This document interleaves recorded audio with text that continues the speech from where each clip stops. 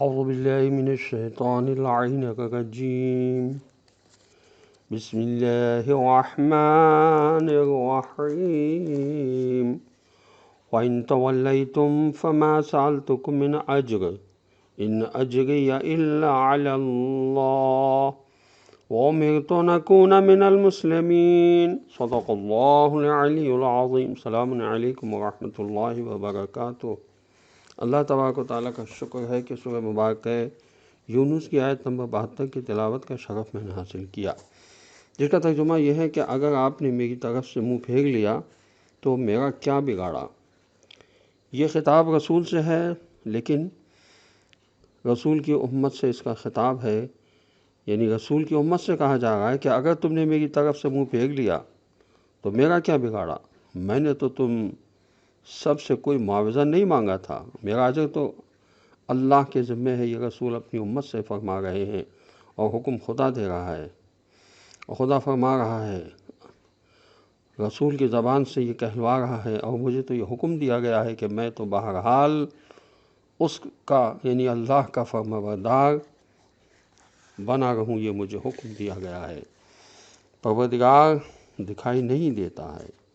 سورہ مبارک انعام کی آیت نمبر 103 میں ارشاد ہوتا ہے لا تدرکہ الابصار وہو یدرک الابصار وہو اللطیف الخبیر۔ نگاہیں اسے نہیں پا سکتی جبکہ وہ نگاہوں کو پا لیتا ہے، وہ نہایت باریک بین باخبر ہے۔ اللہ تعالیٰ کی صفات سلبیہ میں سے ایک یہ ہے کہ وہ ظاہری آنکھوں سے دکھائی نہیں دیتا۔ جیسا کہ ہمیں معلوم ہے اللہ تعالیٰ جسم نہیں رکھتا، کیونکہ جسمانیت پروردگار کا لازمہ یہ ہے کہ وہ ایک خاص مکان یا زمان میں محدود ہو۔ معلوم ہونا چاہیے کہ حسی مشاہدہ آنکھوں سے دکھائی دینا تنہا اجسام کے بارے میں صحیح ہے، لہذا پروردگار کی ذات رؤیت کے قابل نہیں ہے اور آنکھوں سے دکھائی نہیں دیتا۔ لقاء اللہ یعنی اللہ تعالیٰ سے ملاقات جو بعض روایت میں آیا ہے، اس کا معنی رؤیت قلبی یا دل کی آنکھوں سے دکھائی دینا ہے۔ مندرجہ بالا آیت اس حقیقت کے علاوہ اس معنی پر بھی دلالت کرتی ہے کہ اللہ تعالیٰ اپنے بندوں کے اعمال پر کاملاً علم و آگاہی رکھتا ہے۔ شیخ امالی صدوق میں صفحہ 410 پر حدیث نمبر 3، یہ امام جعفر صادق علیہ السلام کی حدیث ہے کہ آنکھیں صرف ان چیزوں کو دیکھ سکتی ہیں کہ جو رنگ اور کیفیت رکھتی ہوں، جبکہ اللہ تعالیٰ رنگوں اور کیفیات کا خالق ہے، پس آنکھوں سے دکھائی نہیں دیتا۔ عزیزان محترم، شیخ صدوق کی جو کتاب ہے خصال، اس میں سے چند احادیث پیش کر رہا ہوں۔ حضرت امام جعفر صادق علیہ السلام نے ارشاد فرمایا کہ میں نے اپنے والد امام محمد باقر علیہ السلام کو فرماتے سنا، جو اپنے والد امام زین العابدین علیہ السلام سے روایت کرتے ہیں کہ ایک شخص امیر المومنین علی ابن ابی طالب علیہ السلام کی خدمت میں کھڑے ہو کر عرض کیا کہ آپ نے پروردگار عالم کو کس طرح پہچانا؟ تو آپ علیہ السلام نے فرمایا کہ عزم کے ٹوٹنے اور ہمت کے ٹوٹنے سے۔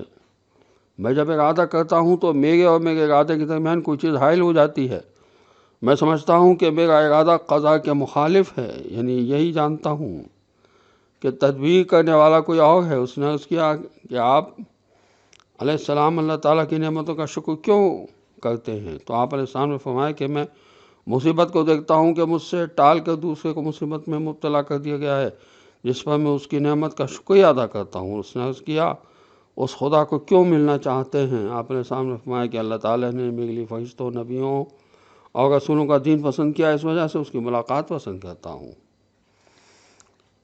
رسول اللہ صلی اللہ علیہ وسلم نے فرمایا کہ میں دو باتوں میں کسی شخص کو شامل نہیں کرنا چاہتا، ایک وضو جو میری نماز کا حصہ ہے، دوسرا صدقہ، اس کو میں اپنے ہاتھ سے سائل کو دینا چاہتا ہوں، سائل سے اللہ تعالیٰ کے ہاتھ میں چلا جائے گا۔ وضو دو چیزوں سے باطل ہوتا ہے، یہ امام جعفر صادق علیہ السلام نے فرمایا کہ نیچے سے نکلنے والی چیزوں سے باطل ہوتا ہے، یعنی پیشاب، پاخانہ، ریح اور منی وغیرہ سے۔ رسول اللہ صلی اللہ علیہ وسلم کا ارشاد گرامی کہ دو نعمتیں کفران نعمت کی وجوہات ہیں، ایک امن اور دوسری سلامتی۔ رسول اللہ صلی اللہ علیہ وسلم نے ارشاد فرمایا کہ دو باتوں کی وجہ سے اکثر لوگ آزمائش میں ڈالے جاتے ہیں، ایک تندرستی اور دوسری بے روزگاری۔ السلام علیکم ورحمۃ اللہ وبرکاتہ۔